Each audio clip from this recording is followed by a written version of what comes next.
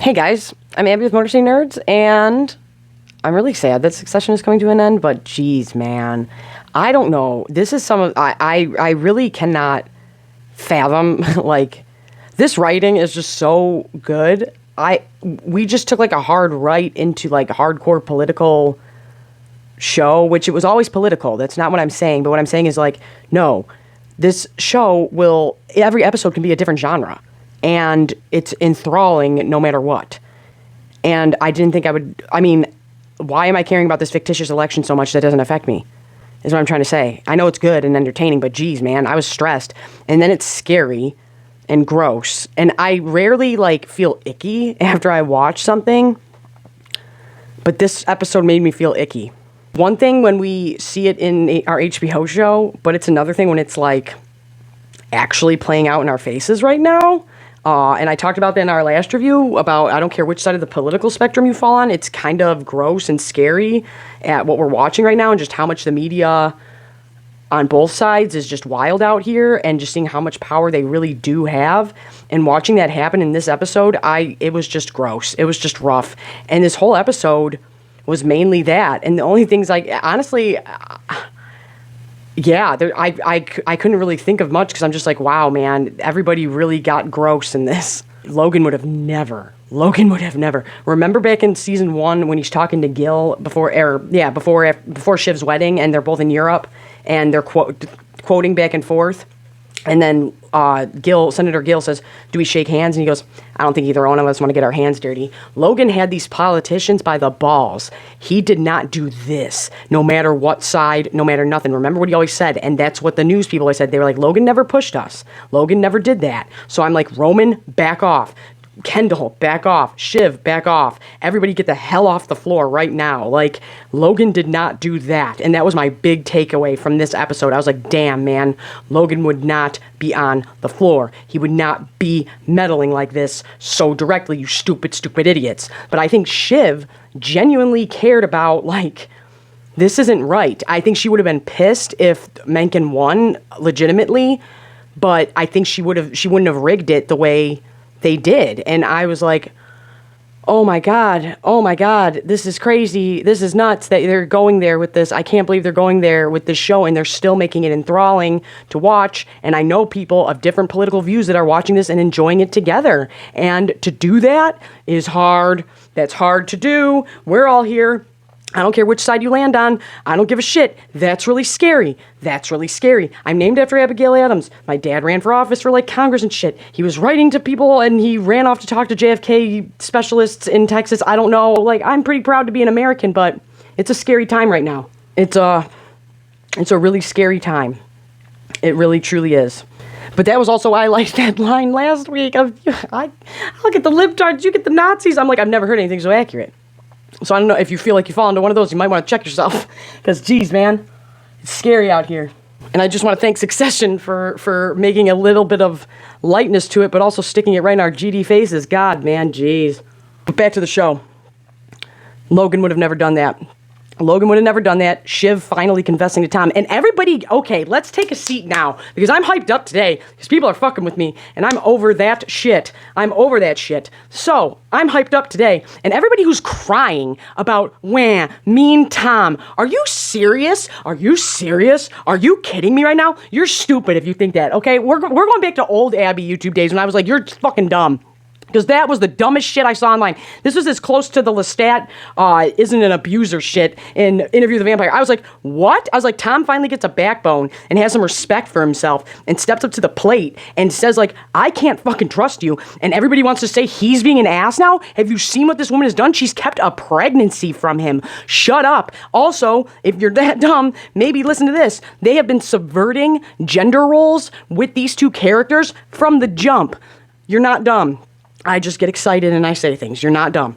I didn't mean that. I'm just saying, what? No. Yes, there are creep things Tom has done, but I don't think Tom is a creep, if that makes sense. You can watch my other reviews when I talk about this.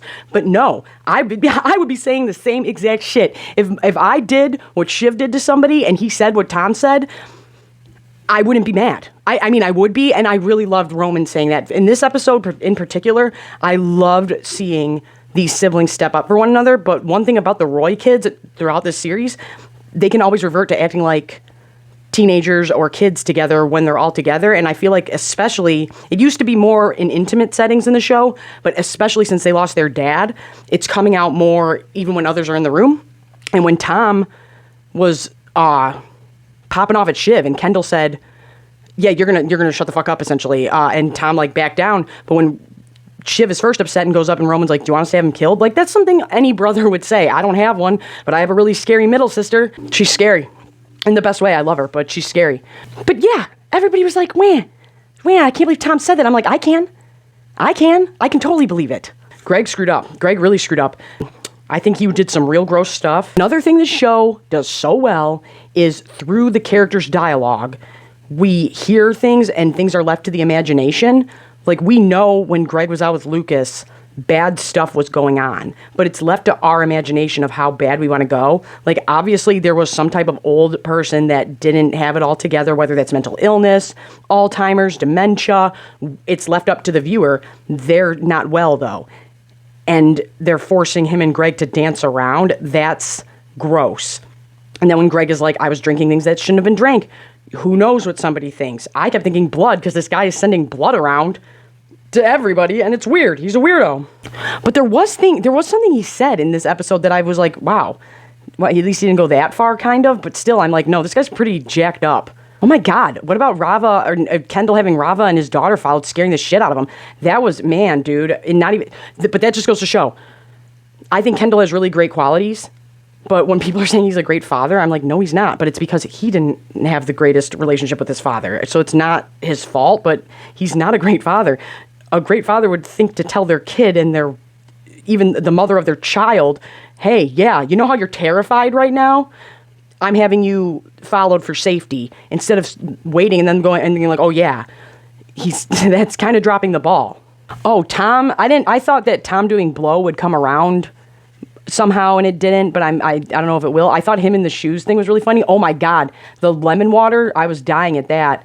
But yeah, mainly this episode dealt with the numbers. Roman dealing with Mencken so closely was, man, that was rough. And then anytime, it doesn't matter whether it's right, left, it doesn't matter. Anytime you're watching a politician on the screen, in a movie, in a show, and they're using the word pure or purity a lot, there's one big main person in history they want you to be comparing that to, and that's Hitler. Because, yeah, so that's gross. So we're not supposed to like him, just so you know. And I think he might backstab the Roys. That's what I think might happen. I think they're going to be like, yeah, this was a great bet. And the truth is, you should have backed the hell off. And this guy's going to turn around like a snake and bite you, and you guys aren't going to know how to handle it, and he's going to have you by the balls, or we're going to think that he's going to have you by the balls for a minute, and I'm worried about that. That is my big concern right now. I think at first they're going to blame Connor for not dropping out fast enough and going, yeah, it's your fault because we could have had those votes in for the other person. And then they're going to have to realize this is our screw up.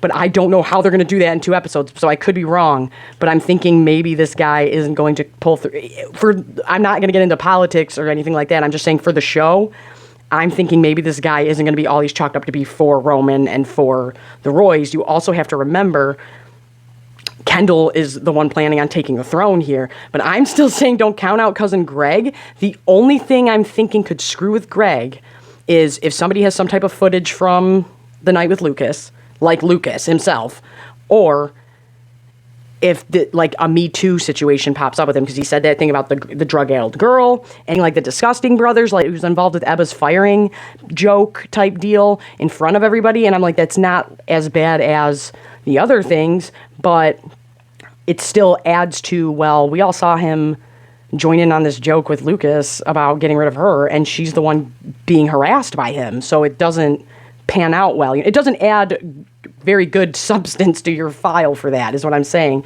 So I think either that will bite Greg, or if Lucas somehow blackmails him. But other than that, I'm like, Greg has a really good chance, and I've said this from the very beginning because of his grandpa. He could either go to the top or be the right-hand man to the top. He could be right there, be COO. He could. And he's the only character who's never truly gone against the family. Everybody else has gone a little wayward every once in a while, no matter what, no matter the situation. Greg has always stuck to the family when it truly came down to it. So that's why I'm like, just like Ewan and Logan were, just like his grandpa and his uncle were. So I'm like, Greg still has a shot in my opinion. Tom I am worried about, and I'm wondering if they're going to kill somebody. But either way, I'm just so taken back by this, and I thought they handled it very well. I thought the way they handled like the fire in Milwaukee, they did very well. And yeah, it did. I don't have much to say about this episode because it was more of just like, are they going to call it? Like, are they really going to call it like that? But like I said, the big takeaways for me, and they're just big ones this review, and I feel bad, but they are, Logan would have never done that. Shiv finally confessed to the pregnancy. I wish she would have told her brothers, but okay. She has the falling out with her brothers, which is huge. But honestly, Kendall wanted that. And Roman, I really do. I think that this guy's going to bite him in the ass. And I think it's going to be not everything he thinks it's going to be. And I don't know. I think the next episode at this funeral is going to be real, real hard, that's for sure. And I think Roman might crack because I've been saying, like, Roman's had little breakdowns, but he hasn't had a major one yet. And I really do. I think when he speaks at that funeral, I think he might unravel a little bit. I think it might be rough. But I don't know. I don't know what's going to happen. Normally when it's Game of Thrones or whatever, or theories for something, I'm like, ooh, but with this, I'm like, at this point, I don't know. I don't know what's going to happen. But I'm happy with Motor City Nerds. Make sure you comment, share, like, subscribe. It really helps me out a lot. Hopefully my next one's more detailed. I got reactions going up. I got everything going up. I'm on OF. I'm on TikTok. I'm on all this stuff down below. Yeah. I don't know what's happening.